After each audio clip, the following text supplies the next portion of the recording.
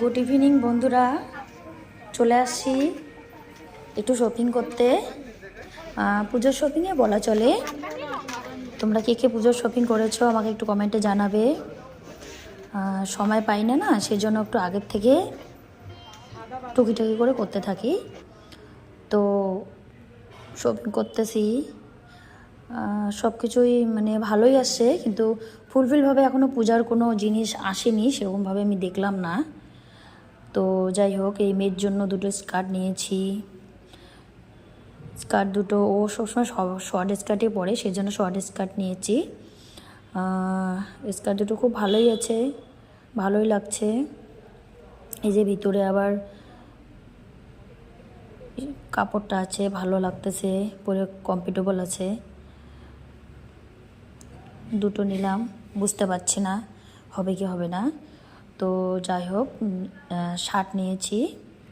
এই যে খুব মিষ্টি লাগলো কালারটা, সেই জন্য নিলাম। এবার দুটোর মধ্যে কোনটা হবে সেটা বুঝতে পারছি না।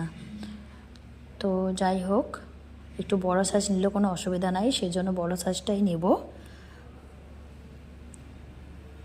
এই যে কালারটা খুব মিষ্টি কালার, এবং কাপড়টাও খুব সফট, পরে মানে খুব আরাম পাবে ও।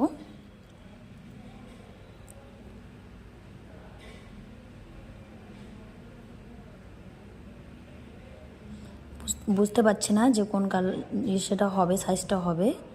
তো যাই হোক, ঠিক করেছি আগের থেকেই মনে মনে যে বড় সাইজটাই নিব।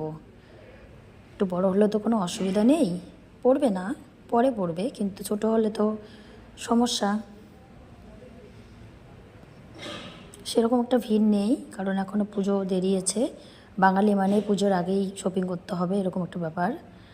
আর আমার হাজব্যান্ড গিয়েছে, ও শার্ট নেবে দুটো, প্যান্ট নেবে দুটো। তো ট্রায়াল রুমে গিয়েছে ট্রায়াল করতে।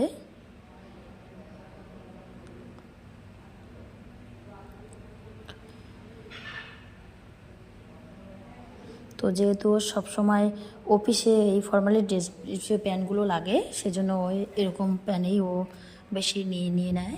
ও জিন্সটা খুব একটু কম পরে। তো প্যান্টটা প্রচুর সফট।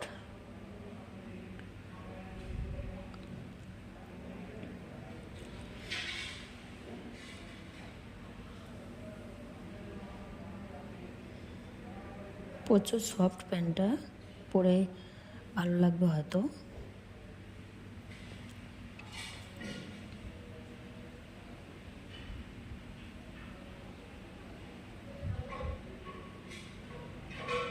সেরকমভাবে এখনও পুজোর আসেনি মনে হয়। শপিং মল দেখে আমার মনে হলো যে এখনও ভালো আসেনি।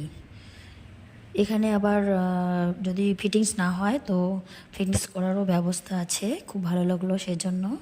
এই যে একটু ফিটিংস হয় না, সেজন্য একটু ফিটিংস করারও ব্যবস্থা আছে।